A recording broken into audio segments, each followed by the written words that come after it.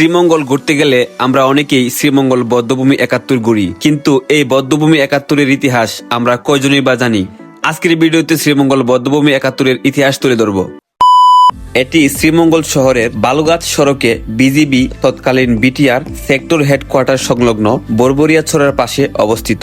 পাকিস্তান আমলে এই স্থানটি সাধু বাবার তলি বা পটকুঞ্জ নামে পরিচিত ছিল, যেখানে চা শ্রমিক ও হিন্দু সম্প্রদায়ের মানুষ পূজা করত। ১৯৭১ সালের ৩০ এপ্রিল পাকিস্তানি হানাদার বাহিনী শ্রীমঙ্গলে প্রবেশ করে। এরপর থেকে ৫ ডিসেম্বর শ্রীমঙ্গল মুক্ত হওয়ার পূর্ব পর্যন্ত তারা এখানে ব্যাপক হত্যাকাণ্ড চালায়। হানাদাররা বিভিন্ন এলাকা থেকে মুক্তিযোদ্ধা এবং স্বাধীনতাকামী নিরীহ মানুষকে ধরে এনে এই বট গাছের নিচে নির্যাতন ও হত্যা করত। প্রত্যক্ষদর্শীদের বর্ণনা অনুযায়ী পাকিস্তানি বাহিনী মানুষকে ধরে এনে বট গাছের ডালে উল্টো করে ঝুলিয়ে অমানবিক নির্যাতন করত এবং হত্যার পর পাশের ছড়াই মরদেহ ফেলে দিত। বর্তমানে এটি একটি স্মৃতিসৌধ এবং পার্ক হিসেবে সংরক্ষিত। এখানে একটি ২৩ ফুট উঁচু স্মারক স্তম্ভ ও মৃত্যুঞ্জয় ৭১ নামক ভাস্কর্য রয়েছে, যা শহীদদের স্মরণে নির্মিত। প্রতি বছর ৬ ডিসেম্বর শ্রীমঙ্গল মুক্ত দিবস উপলক্ষে এখানে শ্রদ্ধা নিবেদন করা হয়।